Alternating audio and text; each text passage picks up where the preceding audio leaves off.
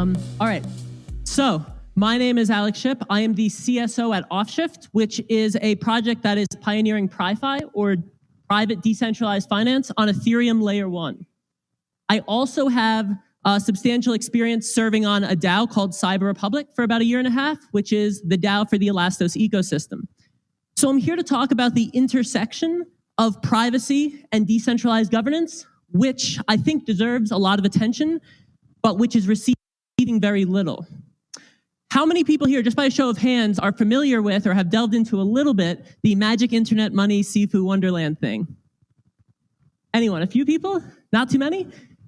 Well, regardless, there's a lot to be said about the role of privacy or transparency in decentralized systems to start with, but now more than ever, especially in decentralized governance. So I'm going to talk about privacy and I'm going to talk about DAOs, but I want to do so through the lens of money and credit.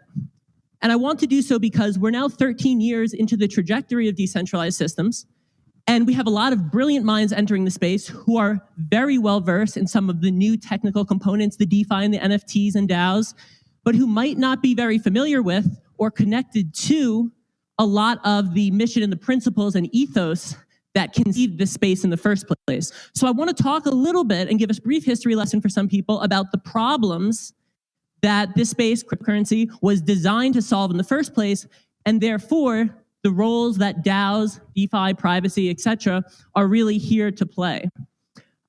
Next slide, please. So, money, credit, and privacy in the era of DAOs. Next slide again. So we're going to start with money.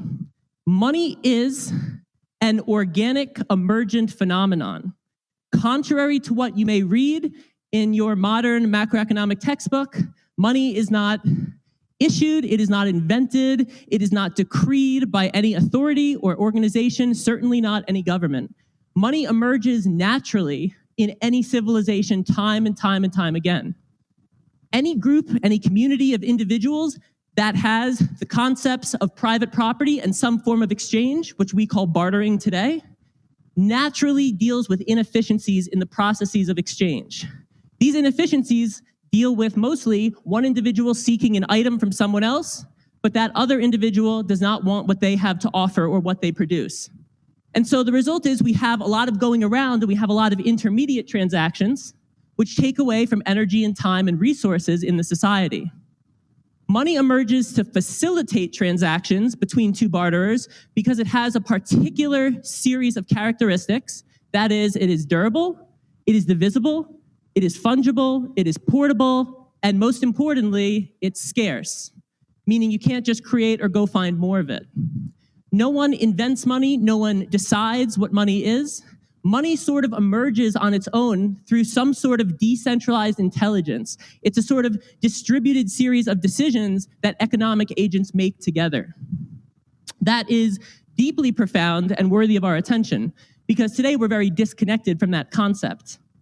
When money emerges and there's more efficiency, the result is a broader diversity of labor, broader diversity of goods and services, more energy and time and resources are freed up for human beings to express their creative potential in the form of the arts, sports, literature, all sorts of different things, and we have the society that we live in and take for granted today. That being said, the evolutionary algorithms which perpetuate life do not just stop there and allow humans to enjoy some form of homeostasis for any period of time. And so society continues to advance, its economy continues to advance to a point where money can no longer facilitate every transaction that all of the innovative minds that are continuing to push and push would like it to. Because the inherent qualities which allow money to be scarce and to facilitate transactions necessarily require some energy, which make it less than ideal as a superlative medium of exchange. The number one, or the superlative, money that we've ever had and that we've adopted globally as humankind is gold. Bitcoin still has a ways to go, so does Ethereum. So gold does require money to store, it requires money to transact, and those costs prevent microtransactions, and they create all sorts of inefficiencies in exchange.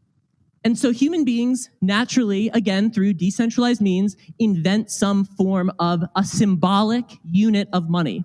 It's a receipt, it could be called a bond, It could be called an IOU. It comes by many names and in many forms, but it is always a symbolic representation of money, a receipt for it, a claim to it, which can be exchanged in a way such that there is far greater efficiency in transaction, and there are far more versatile types of transactions. You can issue shares of stock, most notably, but in today's world, we also have various different financial instruments, including insurance, we have derivatives, we have synthetic assets in the crypto space, we have all sorts of different things which are merely forms of credit.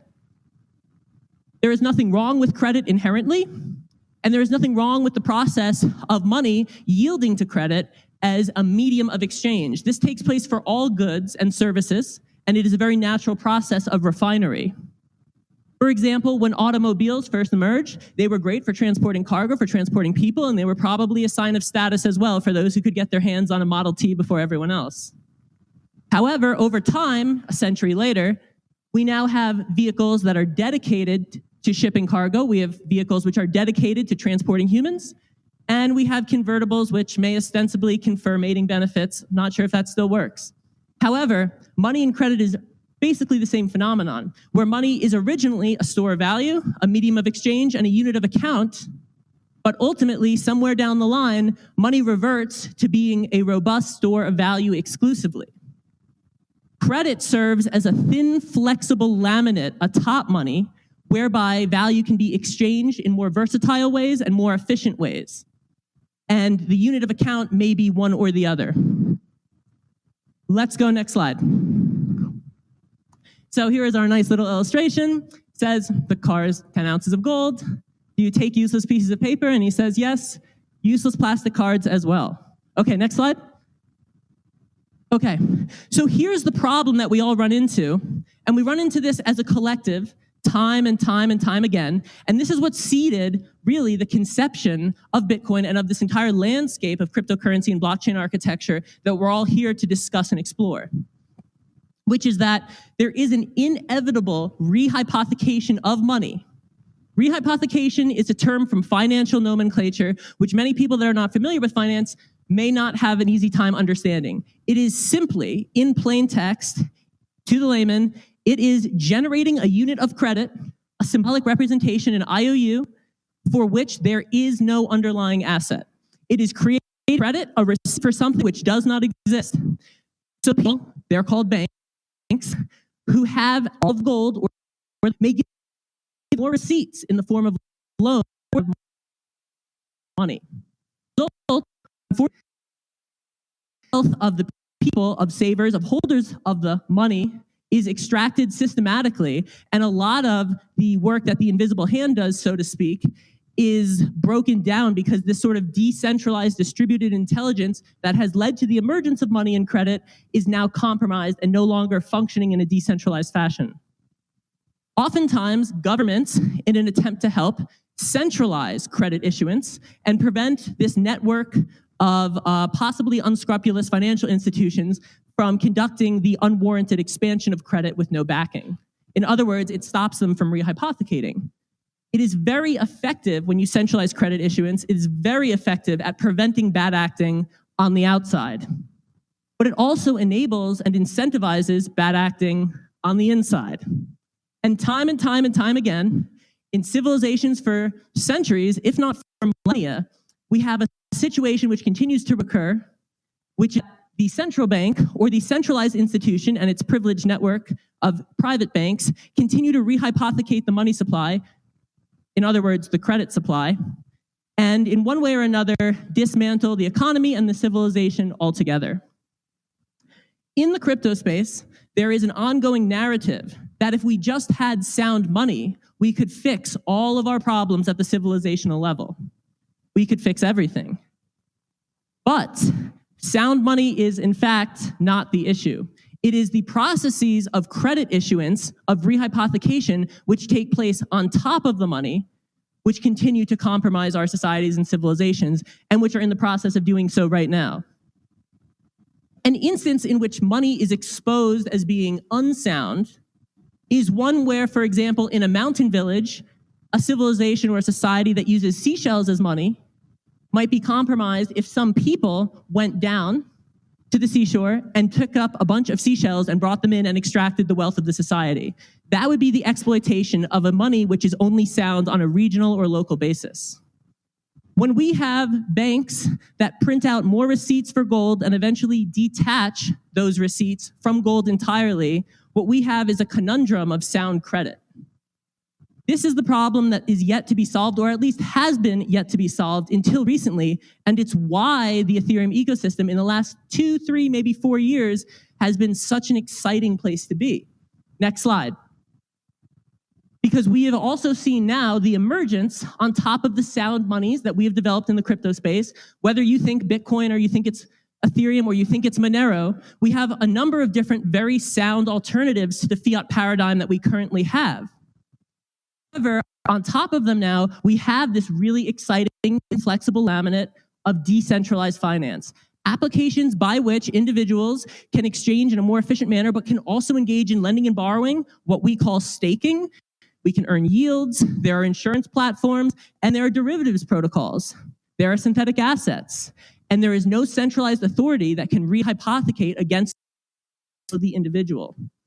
So really, that found civilizational advancements or innovations that I think we've ever seen, and it really doesn't get the attention that it deserves. However, next slide. There is one caveat that needs to be mentioned, and that caveat is that all of these decentralized systems that we're building necessarily operate and are based in the virtual domain. And what that means is that there is one final element of rehypothecation which takes form, and that is the rehypothecation of our data.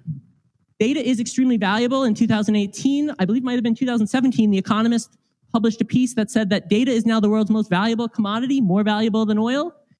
And we're all familiar with the narrative that Facebook and other social media platforms take our data and sell it to the tune of 10 or hundreds of billions of dollars annually in revenues.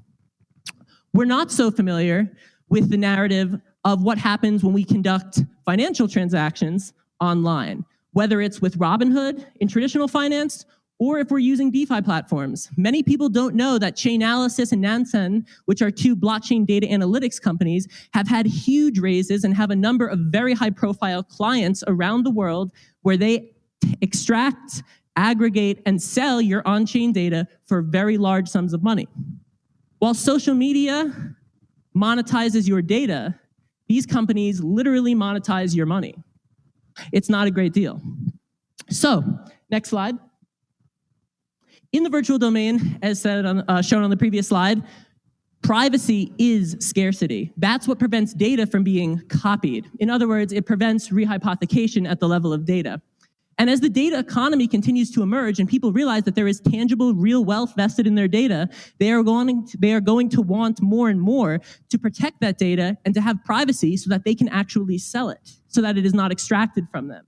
Even if you're not interested in privacy from a humanitarian standpoint, you may still find that you would like to hold on to the wealth, which is rightly yours, because it is a natural representation and an expression of yourself and your identity. And so here is what PriFi is. It is private, decentralized finance. Decentralized applications of finance, unequivocal privacy, and of course, fully on-chain. That means fully on layer one architecture. Otherwise, we're compromising on the decentralization, which is the key component in the first place. If we want to compromise on decentralization and we don't care, we might as well just use Visa again. So, when is this guy going to talk about DAOs? All right, I'm going to jump in now. Next slide, please. So, this is a really important graphic. You can feel free to take a screenshot if you want or anything. Up till now, what I have described is a line of logic which many people in the anarcho-capitalist community would find to be satisfactory at the very least, which is that they would like to replace all forms of governance. That means governments around the world, supranational organizations, and of course, central banks. Anything that has any sort of authority, they believe, could be removed and replaced by a system of sound money with sound credit and privacy in the virtual space at the individual level. Now, anarchy, I'm not here to say that any side or any position on this chart is good or bad or right or wrong, only to provoke thought and ask some questions, or at least to propose some questions that we ought to be asking ourselves if we are are pioneering the next era of governance in the decentralized space. The term anarchy is today associated with mostly chaos, riots, and a lot of flying tomatoes and Molotov cocktails and that sort of stuff. The term anarchy simply means without a ruler and is actually originally intended to describe a state of being for all of humanity in which our consciousness is so elevated and we are compassionate and empathetic to the point that we are able to simultaneously pursue our own individual agendas and goals while also considering the well-being of others and the implications of our actions, such that there is no need for any threat of violence or control to prevent us from acting out or harming others. It is a state where no governance or violence is required. So the question, of course, as nice and utopian as that sounds, is, are we ready for that in 2022? Maybe not. So enter, of course, decentralized forms of governance, which are people who believe that, yes, we need to resolve these monetary and credit-related issues, and of course, we may need to confer privacy, but there are some reasons that we might like to have governance, and we might like to have some policies and rules that we all abide by, and if we can conduct those processes in democratic fashion, then we might have a really nice society, we might have some nice civilizations, we might have some nice ways that we can relate to one another. So on the other polar end here, we have some people who would like to continue with our representative democracies, our republics, so to speak, where DAOs facilitate electoral processes and elected individuals can participate in governance on top of blockchain architecture, which is verifiable and immutable. That's interesting as well. It's not to say either side is right or wrong. But I think it's the space in between here where there is the most interesting and thought-provoking material for us all to consider, which is to ask ourselves, what is the role of democracy, and what is democracy at all? Before I introduce these two in the middle here, I would like to read one quote, which I think is a nice way to preface that conversation. If anyone can guess who is responsible for this quote, I will be very impressed. I will give you a hint, it was tweeted. In a democracy, power is given, not taken, but it is still power. Love, compassion, caring have no use for it, but it is fuel for greed, hostility, jealousy. All power corrupts. Take care which powers you allow a democracy to wield.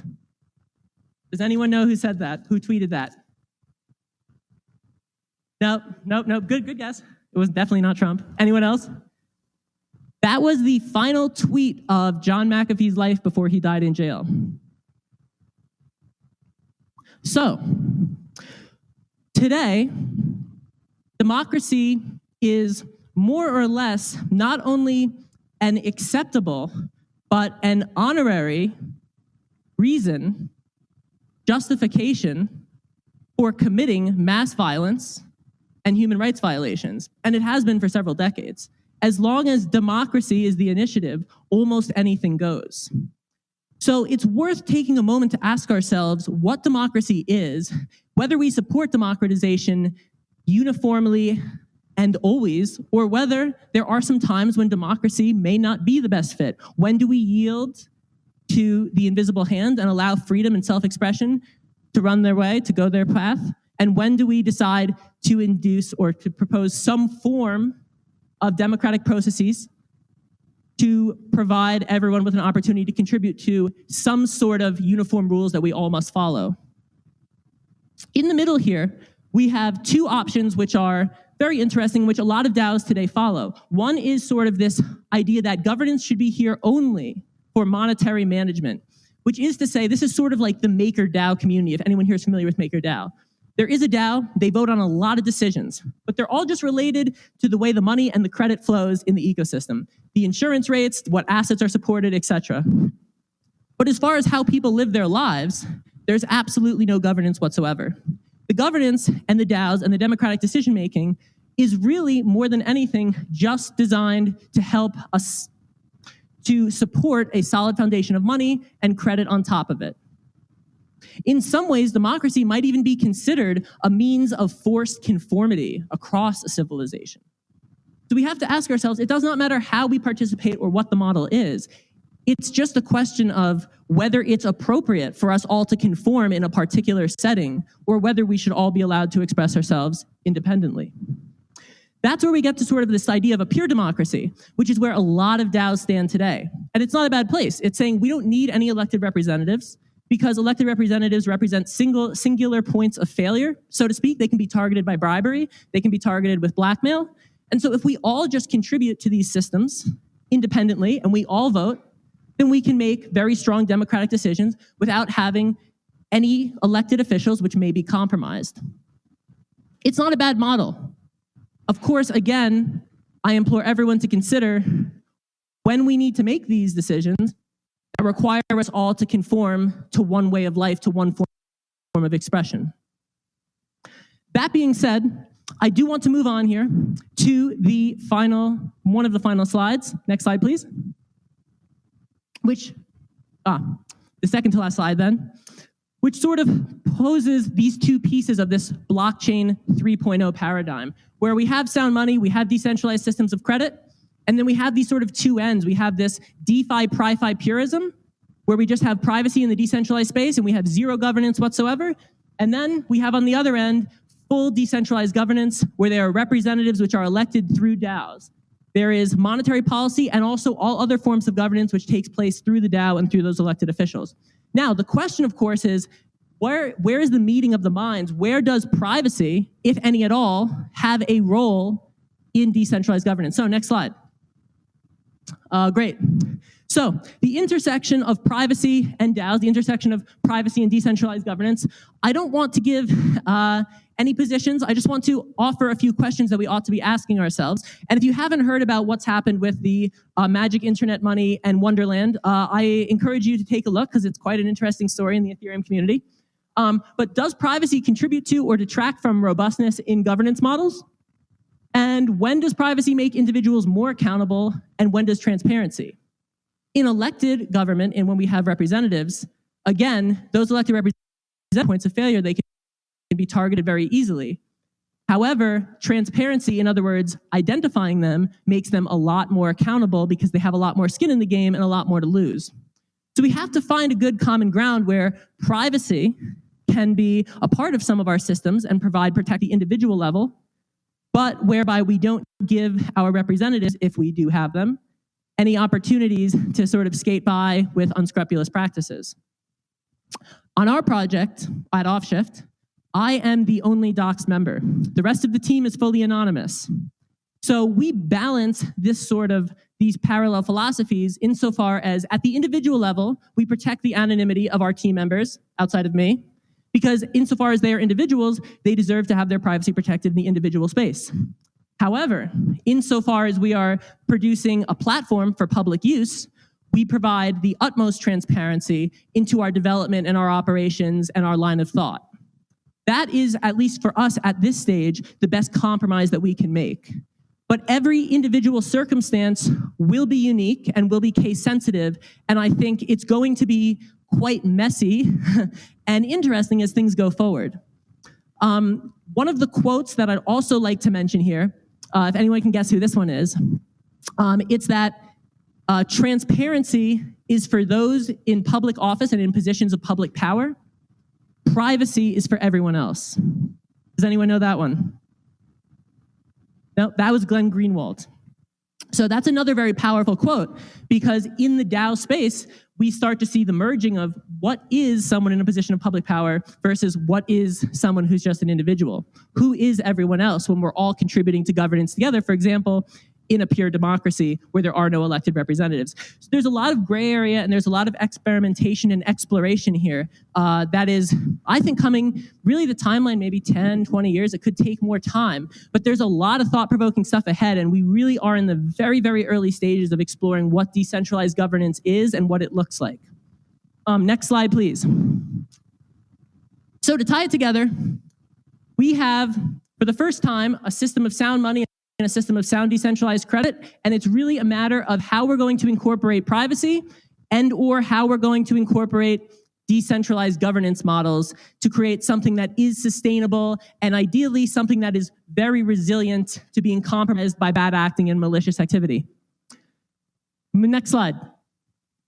here is where to find me, where to find us. You can find us on Offshift on our socials, on our platforms on Twitter, ideally, but our Telegram and Discord are the best places to find us, or you can find me. Last slide, please. And you can find us at DAODenver as well. We'll be running a booth at the event. And on Thursday, I'll be giving a talk on tokenomics and going in really deep. We also have a couple of really high-stakes bounties that we're very pleased to announce. So anyone technical and wants to get involved, we encourage you to come join us. You can take a picture of this as well. Thursday at 2 p.m., where we'll be going deep into tokenomics and then giving everyone a head start on the bounty and doing a workshop as well. There will also be free pizza if you're into that. I want to thank everyone here for attending, as well as the everyone who organized DAODenver. It's been a pleasure. Thank you very much.